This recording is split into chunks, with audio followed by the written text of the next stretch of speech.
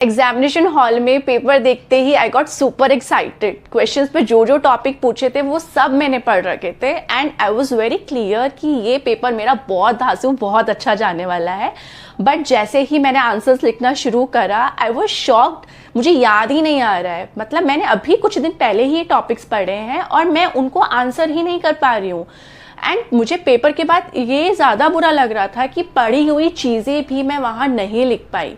मतलब अगर मैंने वो टॉपिक नहीं पढ़ा होता तो शायद मुझे लगता कि ठीक है I didn't prepare well, but मेरे पढ़ा है और मैं वहाँ पर फिर भी नहीं लिख पा रही हूँ। That was such a shock for me and ये एक बार नहीं, मेरे साथ कई बार हुआ है। सो अगर आपके साथ भी ये चीज़ हुई है या होती है then do watch this video till the end. इस वीडियो में हम दो चीज़ें समझेंगे कि ये सब क्यों होता है और दूसरा इसका सोल्यूशन क्या है। सबसे पहले हम थोड़ी सी साइंस समझ लेते हैं, हमारे ब्रेन में इंफॉर्मेशन कैसे स्टोर होती है। जैसे ही हम कोई इंफॉर्मेशन पढ़ते हैं, देखते हैं या सुनते हैं तो हमारे ब्रेन के अंदर जो न्यूरॉन्स होते हैं वो आपस में कनेक्शन इस्टेब्लिश कर लेते हैं, जिन्हें हम न्यूरल पाथवेज बोलते हैं। तो जितना ज़्यादा स्ट्रॉन्ग आपका न्यूरल पाथवे रहेगा उतनी ही अच्छे से वो इन्फॉर्मेशन आपको याद रहेगी। तो एक सिंपल सा मैं एग्जांपल देती हूँ। ऐसा कितनी बार होता है कि हम किसी थर्ड पर्सन के बारे में अपने सामने वाले से बात कर रहे होते हैं और आपको पूरा उसका कैरेक्टर स्केच याद है कि I am talking about that girl जो अपने साथ वहाँ पे काम करती थी and she was having these curly hairs and specs, क्या नाम था उसका, क्या नाम था उसका, और आपको नाम नहीं याद आ रहा होता और जैसे ही सामने वाला उसका नाम बोल देता है यू से यस एग्जैक्टली मुझे याद था उसका नाम, बट मैं उस टाइम बोल ही नहीं पा रही थी। तो ऐसा इसलिए होता है क्योंकि जो आपका न्यूरल पाथवे था वो उस पर्टिकुलर इन्फॉर्मेशन के लिए काफ़ी वीक था। तो आप जब उसे रिट्रीव करने की कोशिश करते हो उतना ज़्यादा वो स्ट्रांग होता जाता है पाथवे और आपको इन्फॉर्मेशन याद हो जाती है। दूसरी चीज़, नई इन्फॉर्मेशन गेन होना और पुरानी इन्फॉर्मेशन लूज होना, ये दोनों प्रोसेस साइमल्टेनियसली चलती हैं। जो भी इंफॉर्मेशन पुरानी होती जाती है, आप काम में नहीं लेते हो, आपका ब्रेन उस इंफॉर्मेशन को रिमूव करता जाता है और नई इंफॉर्मेशन के लिए स्पेस क्रिएट करता है। इसका मतलब पुरानी चीज़ों को भूलते जाना ये एक नेचुरल प्रोसेस है। सो व्हाट टू डू, अब इसको सॉल्व कैसे करें, क्योंकि हमारे लिए पुरानी इन्फॉर्मेशन इंपॉर्टेंट है और हम उसको रिटेन करना चाहते हैं। इसके लिए we are going to talk about 4 steps जिससे हमारी ये प्रॉब्लम सॉल्व हो जाएगी। Step number 1, shift from input system to output system. हम जब भी कुछ नया सीखते हैं हमारा पूरा फोकस इनपुट सिस्टम्स पे ही रहता है। हम कुछ रीड करते हैं, अंडरलाइन करते हैं, हाईलाइट करते हैं, कोई वीडियो देखते हैं या किसी को बोलते हुए सुनते हैं, ये सभी इनपुट्स हैं। लेकिन हमारी मेमोरी स्ट्रांग तब होती है जब हम अपने आउटपुट पे काम करते हैं। और हम अपने आउटपुट पे कैसे काम कर सकते हैं, इट्स वेरी सिंपल। जैसे ही आपने कोई छोटा सा भी टॉपिक देखा, पढ़ा, सुना, आप उसे बंद करो और उसे लिखने की कोशिश करो या फिर बोलकर देखो कि आपको कितना याद है।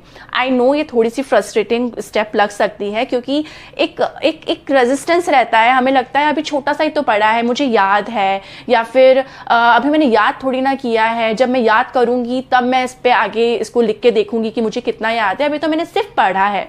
पर ट्रस्ट मी, ये स्टेप आपको आगे के लिए बहुत हेल्प करेगी। आपको बाद में लर्न करने पे इतना ज़्यादा मेहनत नहीं करनी पड़ेगी। आप जैसे ही लिखने की कोशिश करोगे तो आपके न्यूरल कनेक्शंस जो हैं वो स्ट्रांग होते जाएंगे, 1। दूसरा, आप जितना भूलोगे, जो जो चीज़ आप भूल रहे हो उसे रिट्रीव करने के लिए आप थोड़ी सी मेहनत करोगे और न्यूरल कनेक्शन उतने ज़्यादा स्ट्रांग होंगे। मतलब जितना हम स्ट्रगल करते हैं याद करने में उतने ही अच्छे हमारे न्यूरल कनेक्शंस होते जाते हैं और उतनी ही अच्छे से हमें इंफॉर्मेशन याद होती है। तो that would be the first step. आप स्ट्रगल करो, मतलब कि अपने आउटपुट सिस्टम पे काम करो rather than input system.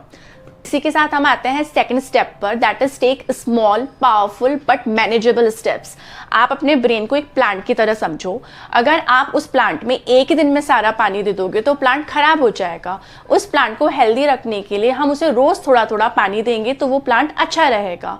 Similarly एक ही बार में हमारे ब्रेन को बहुत सारी इंफॉर्मेशन दे देना, ओवरलोड कर देना, इससे हमारा ब्रेन भी उसे ढंग से रिटेन नहीं कर पाता है। तो हमें ये करना है कि हमें रोज थोड़ा थोड़ा कवर करना है, रोज थोड़े थोड़े छोटे छोटे टॉपिक्स कवर करने हैं। लर्निंग छोटी छोटी रखनी है बट डेली रखनी है। आई रिपीट, हमें ओवर डू नहीं करना है, हमारे ब्रेन को ओवर बर्डन नहीं करना है।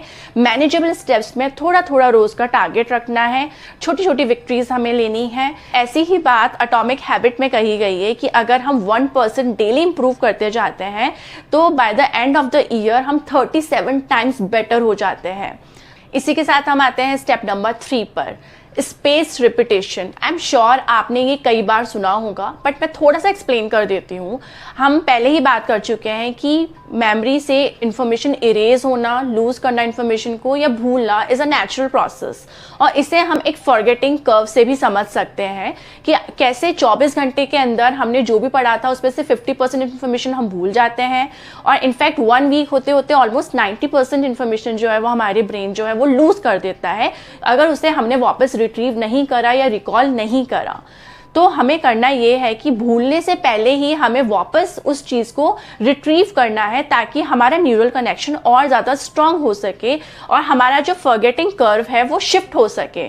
जैसे कि हमने जो भी आज पढ़ा है विद इन 24 आवर्स, मतलब कि बाय टुमारो इटसेल्फ मैं उसे एक बार वापस रिकॉल करूं, उसे वापस एक बार रिपीट करूं, इससे मेरा जो फॉरगेटिंग कर्व है वो थोड़ा शिफ्ट हो जाएगा और मैं जो इन्फॉर्मेशन भूलने वाली थी उससे पहले ही मैं उसे वापस से रिट्रीव कर लूंगी, जिससे कि मेरा जो न्यूरल कनेक्शन है वो पहले से स्ट्रांग हो जाएगा। आफ्टर दिस मैं उसे 3 दिन बाद वापस रिट्रीव कर सकती हूँ, मैं वापस रिकॉल कर सकती हूँ, उसके बाद मैं 1 हफ्ते बाद कर सकती हूँ, और after that may be 15 days और अ मंथ। तो हमें भूलने का वेट नहीं करना है, इनफैक्ट भूलने से जस्ट पहले हमें वो इन्फॉर्मेशन हमारे ब्रेन के सामने वापस रिपीट करनी है ताकि वो न्यूरल कनेक्शन स्ट्रांग हो जाए। तो उसके लिए आप 24 आवर्स के अंदर, 3 दिन के अंदर, 1 हफ्ते के अंदर, 15 दिन के अंदर और 1 महीने के अंदर, इस तरह से आप बार बार उसे फिक्स टाइम पीरियड के बाद वापस रिपीट करते रहो and you will see the magic. इसी के साथ हम अपनी 4th last most important game changing step पर आते हैं, that is art of focus. Focus करना कोई टेक्निक नहीं है, इनफैक्ट ये एक माइंडसेट है। जितनी अच्छे से हम फोकस करते हैं उतनी ही इजीली हम जो भी सीख रहे हैं वो अच्छे से लर्न कर पाते हैं और उसे बहुत लंबे टाइम तक रिटेन कर पाते हैं। जैसे कि यू नो कि Japanese are famous for their knowledge, right? तो वो लोग एक रिचुअल फॉलो करते हैं। फॉर एग्जाम्पल उन्हें अगर कुछ पढ़ना होता है तो मोस्टली वो कोई कैंडल लिट करते हैं। अगर एक रिचुअल हम बना लेते हैं तो उससे क्या होता है कि हमारा माइंड शिफ्ट हो जाता है, उससे समझ में आ जाता है कि अच्छा ये काम अभी हुआ है तो इसके बाद डेफिनेटली कुछ इंपॉर्टेंट होने वाला है, तो वो ऑटोमेटिकली काफ़ी एक्टिव हो जाता है। तो आप भी अपने लिए एक रिचुअल बना सकते हो, जैसे कि अपनी डेस्क क्लीन कर देना, वहाँ पे बिल्कुल जो पढ़ना है बस वही रखना, या फिर आप ये कर सकते हो कि एयरप्लेन मोड पे डाल दो फ़ोन को, एक टाइमर स्टार्ट कर दो। ये सब देखते ही आपके ब्रेन को समझ में आ जाएगा कि अब वो टाइम शुरू हो गया है जब मुझे फोकस करने की ज़रूरत है क्योंकि इंपॉर्टेंट काम होने वाला है। And there can be many other ways. कुछ लोग ब्रीदिंग करना पसंद करते हैं या फिर कुछ लोग ओम चैंट कर लेते हैं बिफोर स्टार्टिंग, उससे उनको फोकस करने में ईज होता है। या फिर आप मेरा वाला काम कर सकते हो, जब मैं पढ़ने बैठती हूँ तो मैं एक डायरी ओपन करती हूँ और उससे पहले मैं लिखती हूँ कि मेरे लिए ये अभी पढ़ना क्यों ज़रूरी है, मैं क्यों कर रही हूँ ये, इससे मुझे लॉन्ग टर्म बेनिफिट क्या होने वाला है, और अगर मैंने अभी ये ढंग से नहीं करा तो मैं क्या लूज करने वाली हूँ। तो इससे मेरे अंदर वो सिंसियरिटी आ जाती है एंड उसके बाद मैं टाइमर स्टार्ट करके पढ़ना शुरू कर देती हूँ, तो मैं बहुत ज़्यादा फोकस, एकदम लेजर फोकस होके अच्छे से पढ़ पाती हूँ। So this is it. आप भी अपने लिए एक रिचुअल बनाओ और you will see the magic कि आपका फोकस कितना ज़्यादा अच्छा हो जाता है क्योंकि आपका माइंड सेट ही चेंज हो चुका है। With this we come to end this video. हम एक बार रिकॉल कर लेते हैं कि हमने क्या क्या बात करी है। सबसे पहले तो ये कि भूलना एक नेचुरल प्रोसेस है, हम भूलेंगे ही सही पुरानी इन्फॉर्मेशन को। तो इसे ओवरकम करने के लिए हम 4 चीज़ें करेंगे। नंबर 1, हमें इनपुट सिस्टम से आउटपुट सिस्टम पे शिफ्ट करना है। नंबर 2, हमें रोज़ छोटे छोटे स्टेप्स में गोल को कंप्लीट करने की कोशिश करनी है, ना कि पूरे गोल को एक ही बार में करने की कोशिश करनी है। नंबर 3, हमें भूलने का वेट नहीं करना है, हमें उन चीज़ों को रिवाइज करना है, स्पेस रिपीटेशंस करने हैं। नंबर 4, हमें एक रिचुअल बनाना है जिससे कि हम अच्छे से फोकस करके पढ़ सके, उस टाइम पे हमारा फोकस इंप्रूव हो जाए। ओके, सो इसके साथ we are going to end this video. Do let me know कि कौन सी वाली step you are going to apply, कौन सी स्टेप आपको बहुत ज़्यादा अच्छी लगी। In fact I want to give an exercise if you want to try. आप मुझे कमेंट करो कि आपको वीडियो के बाद में क्या क्या याद रहता है, वो लिख के देखो। It will help you to shift from input system to output system.